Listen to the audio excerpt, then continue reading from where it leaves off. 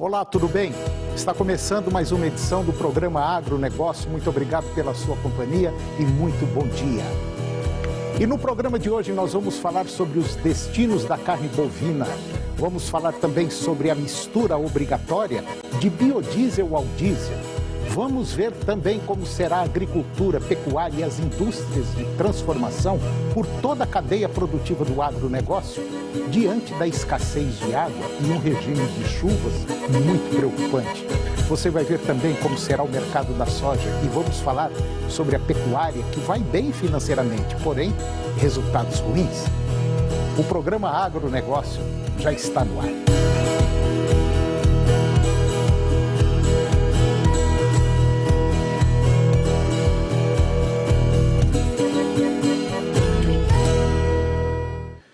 Eu começo o programa de hoje falando sobre os destinos da carne bovina. Segundo a Abrafrigo, a China mais Hong Kong continuam sendo o principal destino da carne bovina brasileira, respondendo por 59% da receita e volume exportado. Os Estados Unidos mantêm a segunda posição entre os 20 maiores importadores do produto brasileiro. No ano passado, comprou 34.500 toneladas e em 2021 foram 66.400 toneladas, ou seja, 92% a mais. O Chile é o terceiro colocado com aquisições de 62.600 toneladas no acumulado do ano, um aumento aí de 24%. O Egito é o quarto, reduzindo as suas compras de 91.500 toneladas no ano passado para 35.400 toneladas nesse ano, ou seja, uma queda de quase 55%. As Filipinas ocupam o quinto lugar, subindo as importações de 25.600 toneladas em 2020 para 35.400 toneladas em 2021, aí um aumento de 38%. Já os Emirados Árabes ficaram com o sexto lugar, com importações de 25.500 no ano passado e 29.000 toneladas até agosto agora deste ano, portanto, 13% a mais. No total do ano até aqui, 88 países apresentaram evolução na sua movimentação, enquanto que outros 75% reduziram as suas importações. E agora vamos falar da mistura obrigatória de biodiesel ao diesel. O Conselho Nacional de Política Energética, o CNPE, aprovou por unanimidade a redução do teor de mistura obrigatória de biodiesel no óleo diesel de 13% para 10% na vigência do 82º leilão de biodiesel, destinado ao suprimento dos meses de novembro e dezembro deste ano. Em comunicado divulgado pelo Ministério de Minas e Energia, o CNPE informou que a decisão ainda é baseada na alta dos preços da soja, tanto no mercado interno quanto externo, tendo em vista que o biodiesel brasileiro tem no óleo de soja a sua maior parcela de matéria-prima, com cerca de 71%, sendo o restante oriundo de sebo bovino e outros óleos. Verifica-se a necessidade de adoção de medida temporária de redução do teor de biodiesel devido a potenciais impactos para o consumidor brasileiro e reflexos em inúmeros setores, transporte público e também de mercadorias e atividades agrícolas de geração de energia, por exemplo.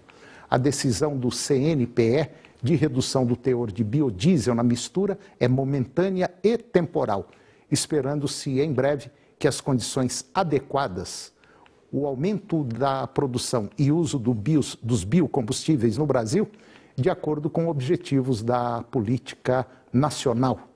E ressalta ainda que o comunicado do Ministério de Minas e Energia. E agora eu vou conversar com Diego Arruda. O Diego Arruda, ele é técnico agrícola, gestor de agronegócio da Precisão Agroconsultoria. E nós vamos falar de um tema muito interessante, nós vamos falar sobre a pecuária.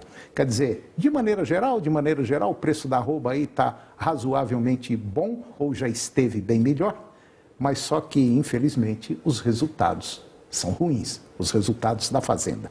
Diego Arruda, muito obrigado pela sua presença aqui, muito bom dia, tá tudo bem?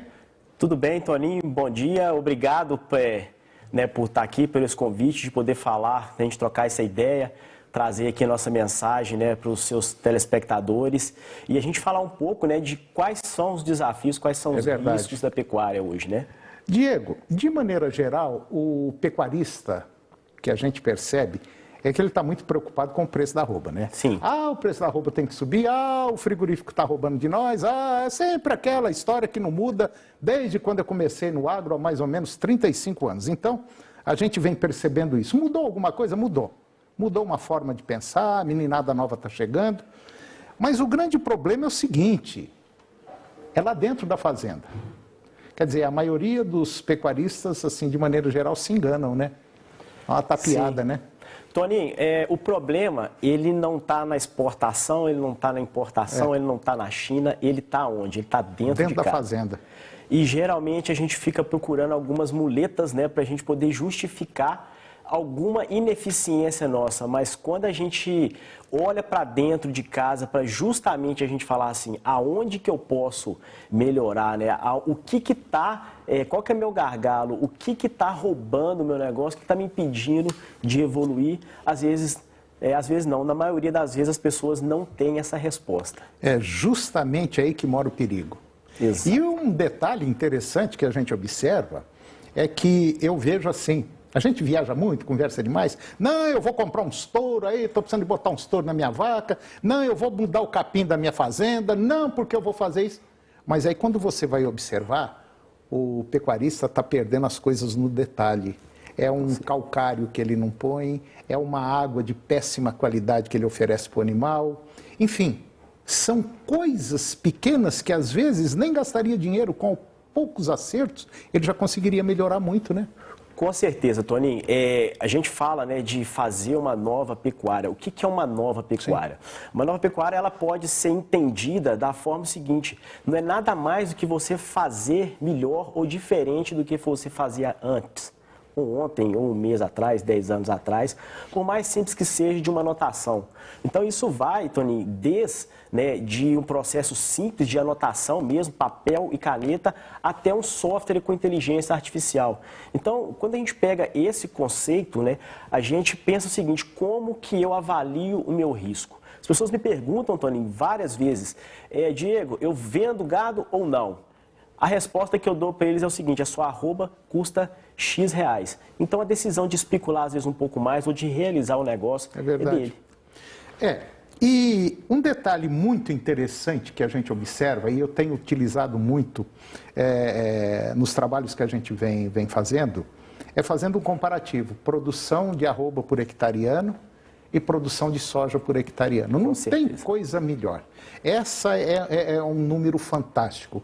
Quando você compara a produção, a produtividade de soja ou de milho por hectare, de alta tecnologia, com produção e produtividade por hectare, de baixa, média e alta tecnologia. Hoje, a maioria das pessoas, de pecuaristas, não sabe quanto custa um bezerro por mês. Com certeza. Né?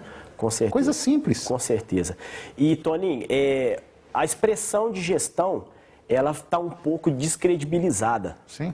Por quê? Porque a gente tem muito, eu chamo de show business, Então, assim, todo mundo quer conversar, às vezes, de algum tema, sem, às vezes, ter propriedade, e trazem isso com uma coisa muito complexa, Toninho. E gestão é muito simples. A dificuldade que a gente tem, às vezes, é na cultura e na implementação do método e persistir naquilo. Então, para você fazer um cálculo de produção de arrobas por hectare, de lucro por hectare, para você comparar o seu negócio com outras alternativas de uso do solo, é muito mais simples do que as pessoas imaginam, Toninho. E um ponto muito interessante que eu vejo também, facinho de resolver, é que ninguém liga para pasto, né? Exatamente. A maioria acha que pasto é perene e acabou. E é aquilo que tem, é daquele jeito mesmo. Com certeza. Quer dizer, tem pasto aí que tem 20, 30, 40 anos que não vê uma gota, um grama de calcário, um grama de adubo, não vê nada. Com certeza. Tony, e assim, aquela expressão que existe, né? Você acha que meu dinheiro é capim? Sim, o seu dinheiro, ele é capim. É capim. E a gente tem que pegar isso e transformar isso, né? Quanto mais capim ele tiver, mais dinheiro ele tem. Com certeza, né? Tony, com certeza. E o capim no ponto, né, de ser colhido, onde o animal vai aproveitar ele mais. Eu costumo falar o seguinte, que o capim, ele é o alimento mais barato e ele também é o alimento mais caro que você tem dentro de uma fazenda. Depende do jeito que você conduz. Exatamente, depende do jeito que você conduz. Por quê? Porque é uma coisa que já está lá e quando a gente pega hoje valor de terra, Toninho, pelos preços que estão hoje, a gente precisa de fazer bom uso desse patrimônio, né? E o pior é o seguinte, hoje, se você pegar aí um sítio, uma fazenda de 10, 40, 50, 100 alqueires, é uma fortuna o preço, dependendo do local. E nós temos aí produtores aí com uma fazendinha boa de 50 alqueires, por exemplo, que vale aí para jogar fora aí 3, 4, 5 milhões de reais, e talvez até mais dependendo da situação, e ele não está ganhando aí R$500 por hectare. Com certeza, Toninho. Exato. E vai ter anos, Toninho, que ele vai ganhar mais e vai ter anos que ele vai ganhar menos. Às vezes as pessoas, por fato dela não ter um acompanhamento, eles não entendem de que a pecuária, como qualquer outro negócio, são ciclos. Existem altos e existem baixos. Há alguns anos você vai ter resultados mais altos, outros anos você vai ter degraus, resultados mais baixos. Você falou um negócio muito sério. Certo. Sério e certo. Um ano é de um jeito, outro ano é do outro. Mas pode ter certeza absoluta. A pecuária de corte, ela é lucrativa, sim. Sim. Ela dá resultados positivos. Ela pode ser uma baita de uma fonte de renda para você e você não sabe nem o que você tem na mão. Com certeza, não é isso? Com certeza, Toninho, com certeza. E às vezes as pessoas me perguntam justamente em relação a isso. Diego, eu tenho uma fazenda, eu tenho uma área de tamanho pequeno, tamanho médio, o que é melhor eu fazer? A pergunta que eu faço é o seguinte, quanto que você precisa de dinheiro?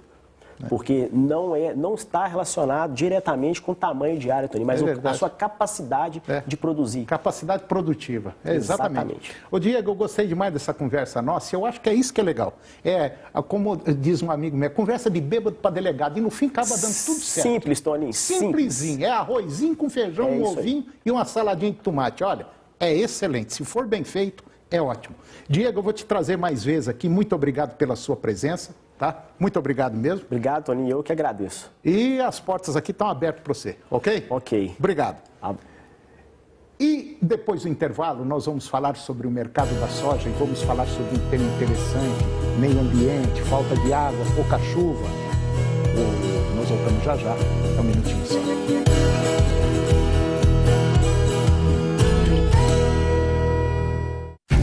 Há 100 anos, São Paulo e Minas dominavam o poder financeiro e revezavam o comando do Brasil. Agora, os dois estados estão de novo atrás do protagonismo. Mas dessa vez, querem conquistar a América. Dia 21.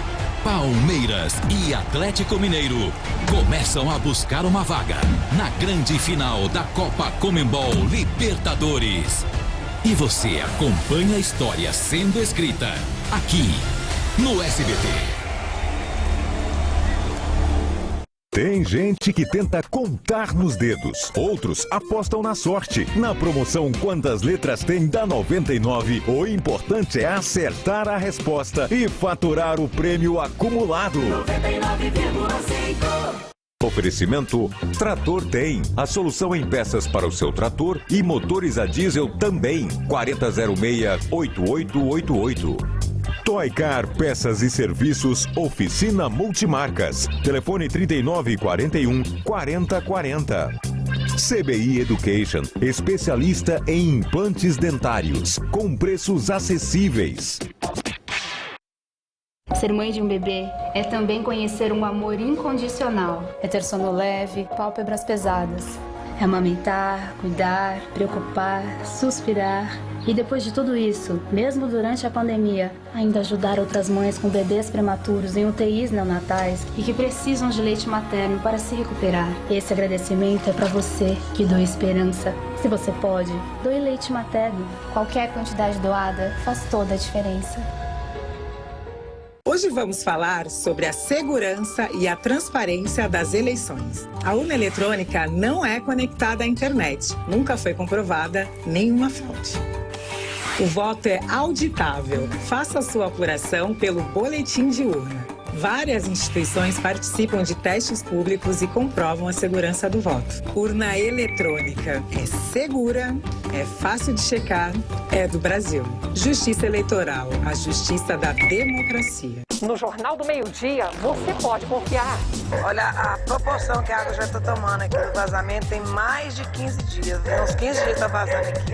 Já chega na Saneag, ninguém toma providência. Porque aqui problema mostrado é problema resolvido. O problema está sendo resolvido. Eles estão aqui arrumando, graças a Deus. Eu creio que o problema agora está solucionado, graças a você que é líder em audiência, viu? O povão é muito grato. O povo da nossa rua está muito grato a você. Obrigada mesmo. O problema é resolvido. Jornal do Meio-Dia. 30 anos com você.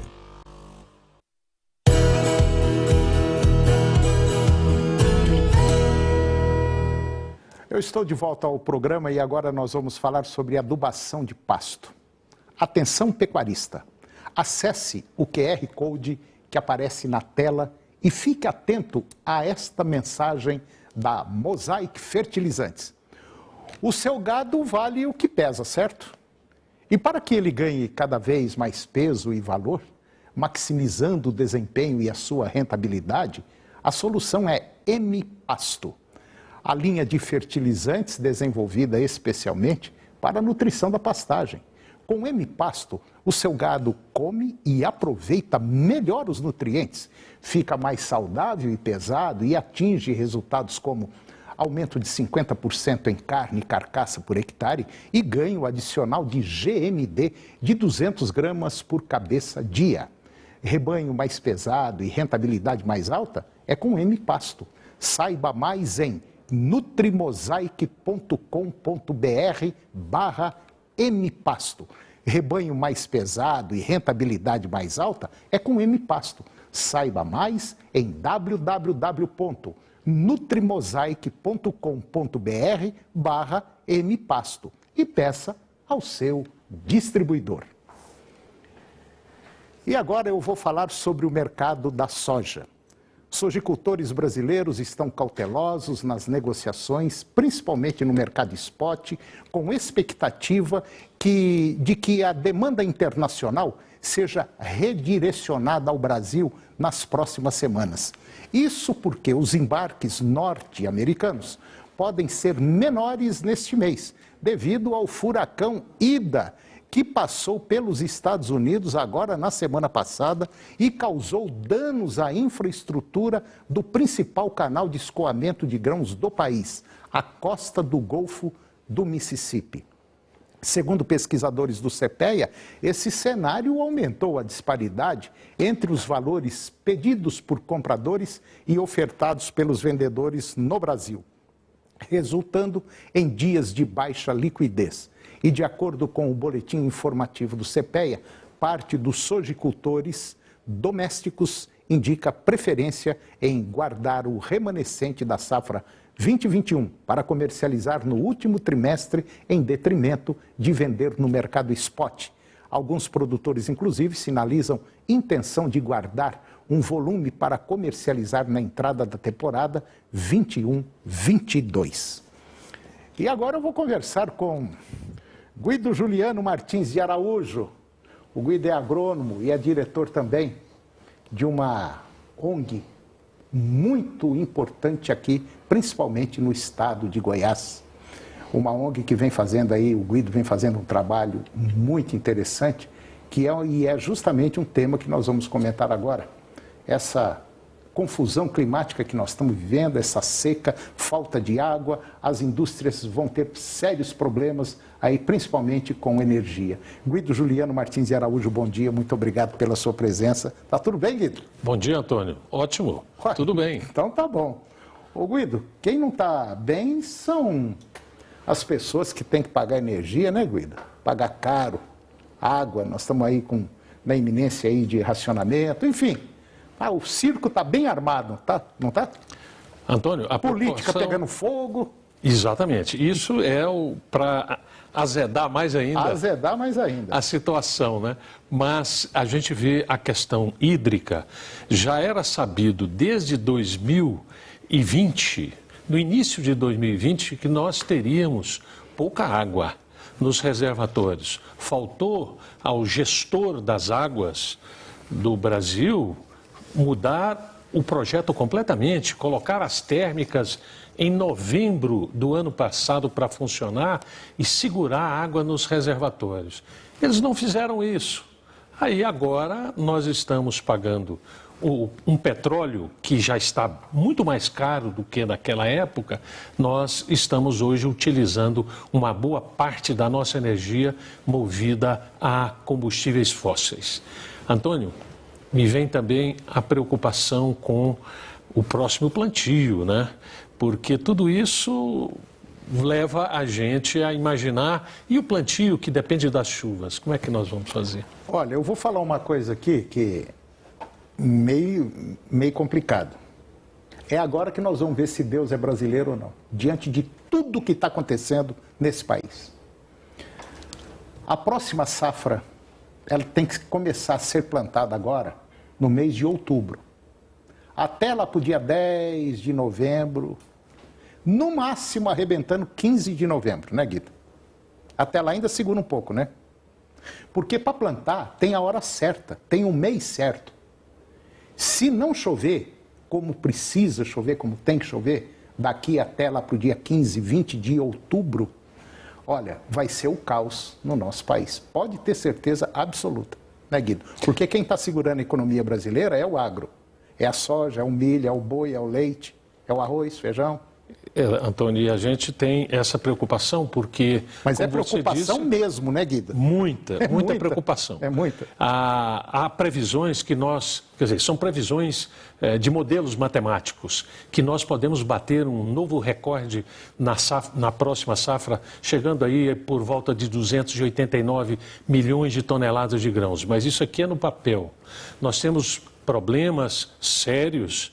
E o grande problema, você já começou a dizer, nós não sabemos a época correta de plantar, e nós sabemos, soja, milho são espécies de planta que precisam de muita luminosidade. E os dias mais longos começam em meados de outubro, o mês de novembro são os dias mais longos. E nós não sabemos a época de plantar. E outra coisa, Antônio, além das mudanças climáticas que são globais, nós temos os problemas climáticos brasileiros por conta do desmatamento, do descaso com o meio ambiente, e nós temos uma coisa para coroar isso aí. Aquele fenômeno Laninha, ele já se confirma, e o Laninha, Antônio, é esse fenômeno que provoca o resfriamento das águas do Oceano Pacífico, e esse resfriamento determina aqui no Brasil uma diminuição muito grande de chuvas no sul do país, uma diminuição considerável de chuvas no centro-oeste e no sudeste. O nordeste talvez tenha até chuva em abundância. Vai beneficiar talvez aquelas regiões que nós denominamos Matopibapá. Mato Grosso, Tocantins, Piauí, Bahia e Pará. Mas a maior parte da nossa produção de grãos está no centro-oeste e no sudeste e no sul do país. Estas áreas, por conta do Laninha, elas serão afetadas pela falta d'água, por veranicos mais prolongados e chuvas intensas num curto espaço de tempo, muitas vezes provocando erosões nas áreas de plantio, Antônio. Ô Guido, de maneira geral, as pessoas não têm obrigação de saber, mas as pessoas têm que ter em mente uma coisa muito interessante. Todos nós, todos, eu, Guido, o pessoal que está aqui no estúdio, o pessoal que está lá em cima, enfim, você que está nos acompanhando, nós somos responsáveis por essa questão climática. Nós somos, o homem é o maior poluidor do planeta. Não tem gente pior do que o homem para poluir. Porque é ele que produz as coisas e ele que está estragando tudo. Uma das coisas importantes, e eu tenho dito isso aqui no nosso programa, é a caixa d'água brasileira, chama-se Amazônia. E para ser bem curto, grosso, objetivo, ninguém está fazendo nada pela Amazônia. Está se falando muito, colocando muita coisa no papel, tirando foto e ninguém está fazendo nada. E a nossa caixa d'água, ela já está muito furada e é perigoso que essa caixa d'água rache. E se rachar, nós não temos água aqui na região centro-oeste, nem na região sul e nem na região sudeste. É um fato, né, Guido? É um fato e preocupante, porque o que nós notamos não é característica desse governo, não. São dos governos anteriores. A Amazônia é desmatada desde o tempo do descobrimento, só que agora nós temos aí áreas enormes desmatadas e a Amazônia totalmente devastada já ultrapassa 20% de sua área. E as outras áreas em que estão sendo medianamente derrubadas para se retirar madeira de lei e principalmente, Antônio, as escavações para extração do ouro, das pedras preciosas, principalmente o diamante, que fazem verdadeiras crateras de dezenas e muitas vezes de centenas de hectares dentro da floresta. Não há preocupação dos governos nenhum que se passaram. Então nós estamos com esse problema. Nem governo estadual, nem municipal, nada. Não. E quem tenta fazer alguma coisa é nerd, é isso, é contra o governo, é comunista, um monte de coisa. É isso aí. É isso que está acontecendo no país, né, Guido? É uma preocupação muito grande e a gente tem que observar porque essa conta... ela vai chegar, né? Esse boleto, o boleto da natureza está chegando. Ele está chegando, não está? E basta dizer que o Brasil inteiro, são mais de 200 milhões de brasileiros pagando uma conta de energia elétrica muito alta e é culpa nossa. Tá? É culpa nossa, é culpa de governança e é culpa de gestão de governos para cuidar da nossa questão ambiental. O Brasil está precisando passar uma régua, desinfetar esse país, está precisando todo mundo sentar, esquecer que é partido político e que isso não vai levar a nada, pelo contrário, vai afundar esse país se a turma não tomar um pouco, com todo respeito, aí ao palavreado que eu vou dizer, de vergonha na cara, porque já está passando do limite, ou melhor, já passou do limite. O Brasil hoje tem por volta aí de 40 milhões de pessoas passando fome, não tem dinheiro nem para tomar um cafezinho de manhã. E somos um dos maiores produtores de alimentos do mundo. Hoje, o Brasil exporta mais soja ou produz mais soja do que os Estados Unidos, que sempre foi o recordista. É inadmissível ver o povo brasileiro passando fome. E nessa cifra que você falou, 40 milhões de brasileiros. Se não for mais. Aonde está o problema? Um fica culpando o outro, é fácil culpar o outro. Guido, mais uma vez, muito obrigado. Vamos continuar batendo, Guido. Vamos continuar batendo. Uma hora alguém vai ouvir, ou nós perdemos o emprego ou vamos preso. Mas que vai ouvir, vai. Guido, obrigado e até o próximo. Até o próximo. E o programa de hoje chegou ao fim. E eu termino com a seguinte frase.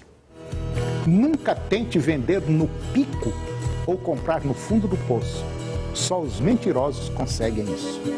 Um grande abraço, muito obrigado pela sua companhia, que Deus nos abençoe e até o próximo programa. TV Serra Dourada SBT Goiânia. A informação com credibilidade, o jornalismo onde você tem voz. Jornal do Meio-Dia, logo mais às 11h40.